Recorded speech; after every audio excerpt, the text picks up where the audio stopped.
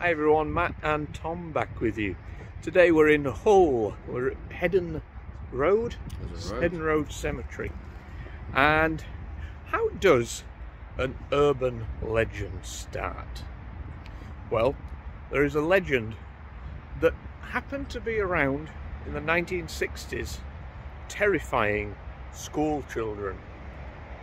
It started here from the cemetery around the 1930s, and it's only recently been properly uncovered and debunked. That is what we're going to look at today.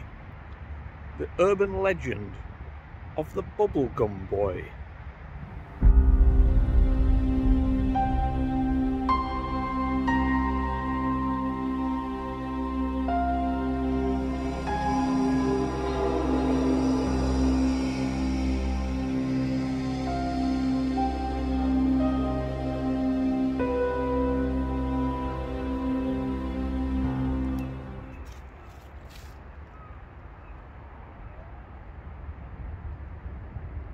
So the Bubblegum Boy myth, or legend, was one that featured prominently in schools in Hull in the 1960s. And it stemmed from, in a way, parents trying to make sure their children didn't eat bubblegum. Because the rumour was that the Bubblegum Boy had eaten bubblegum and swallowed it, and the gum had wrapped around his heart and killed him. He was therefore then buried in Hedon Road Cemetery, and it was said to haunt the cemetery. It was also rumoured that his gravestone was a statue of him, and the eyes on the statue were made of glass and seemed to follow people around the cemetery. It was also rumoured that on the headstone there was a poem about how he'd swallowed chewing gum, how it had wrapped around his heart and killed him. Hedon Road Cemetery was created around 1873 and is said to be a particularly haunted cemetery. Not just with the ghost of the Bubblegum Boy, but a footpath used to run past the cemetery, which is now covered by the prison extension that you can see in the background. It was called the 7 Alleys and headed to the Holderness Drain. In May 1947, 18-month-old David Gibbons' body was found in the water. 3 years later, it was discovered that his mother, Mary Ann Gibbons, had thrown him there. The 7 Alleys also once saw the appearance of the Black Souls, figures covered in ash of people killed during the bombing raids of World War II.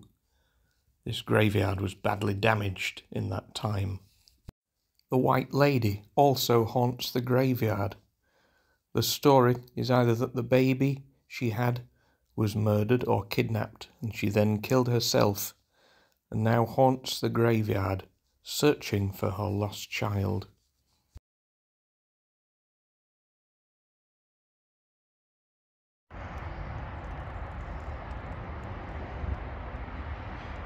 Found some interesting graves, perhaps none more so than this one. A lot of them are to do with shipping and fishing, because we're right next to the docks here.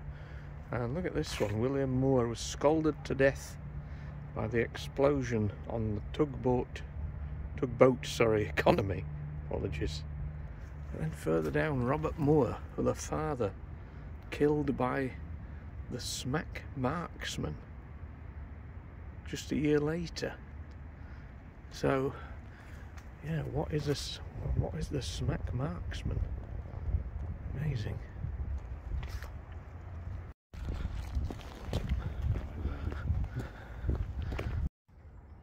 We're having a debate here. I'm saying that that chapel that we're coming to is still in use. Tom's saying dereliction. No. Let's see whose eyesight is better. Place your bets now, derelict or not.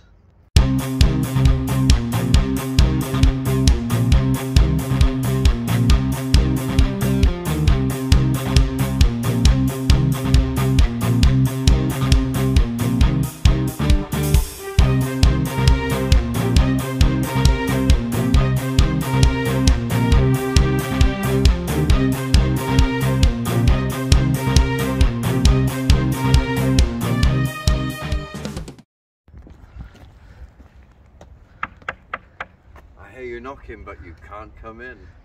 Okay. Nice building though. I bet Tom's seen this before.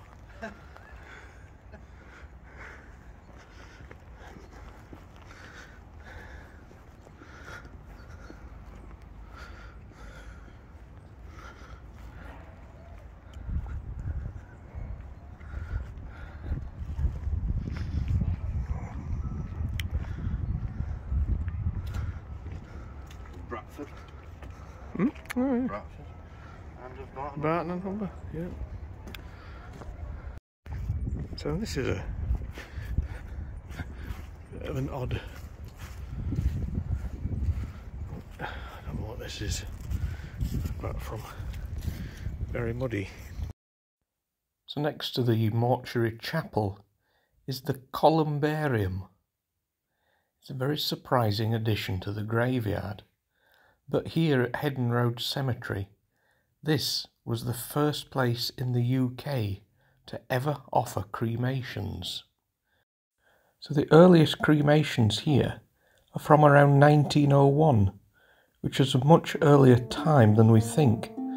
At that period, people were more likely to be buried and have a headstone. So this is quite a unique piece of history right here in the cemetery. It's also strangely creepy.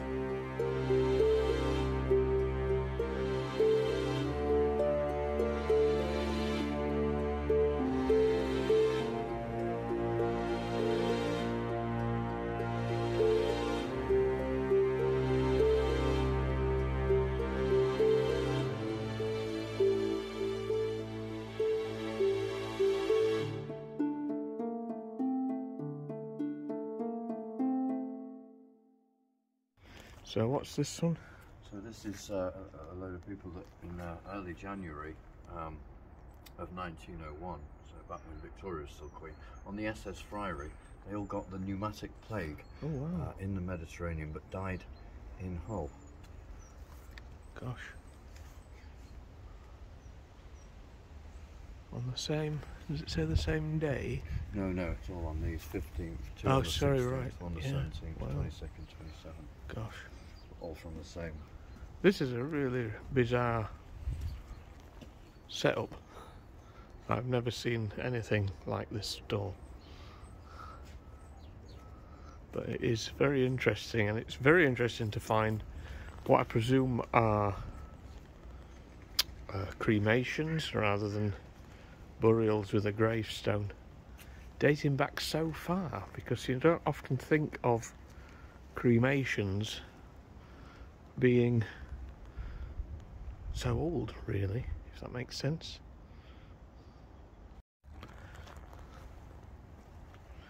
The Chief Sanitary Inspector of the city.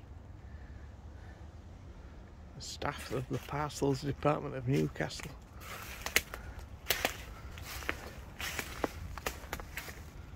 Yeah, intriguing. But it's time to find the Bubblegum Boy.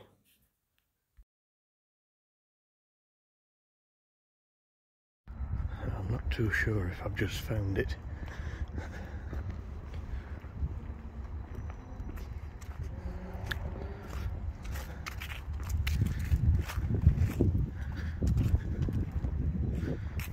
Here it is. This is officially the grave of Alfie Middleton, and this was the headstone that started the legend. So here we are. This is the headstone of the Bubblegum Boy, and unfortunately time has not been kind to him, and apart from his shoes or boots, there is nothing left of the statue. I imagine perhaps with that legend going on that, you know, maybe somebody came and knocked it down, I'm not sure. I imagine it's probably looked like this for quite some time.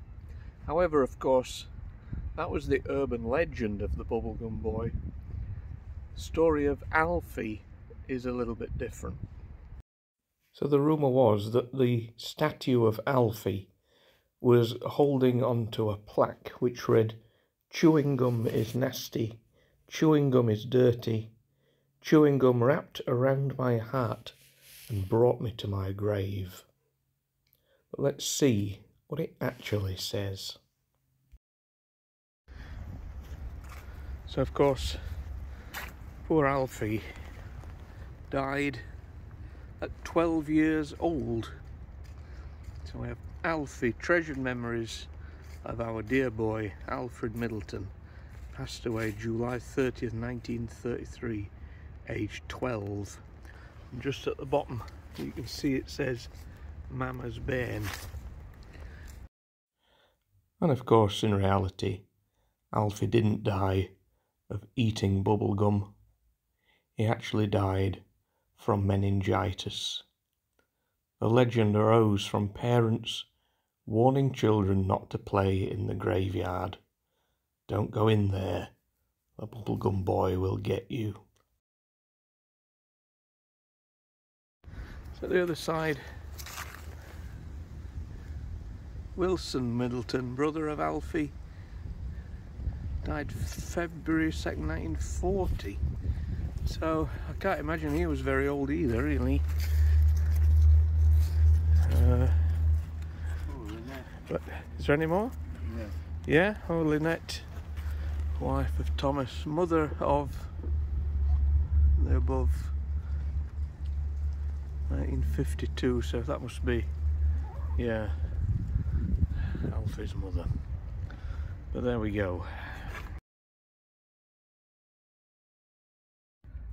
So there we go, that is the story of the urban legend of the Bubblegum Boy.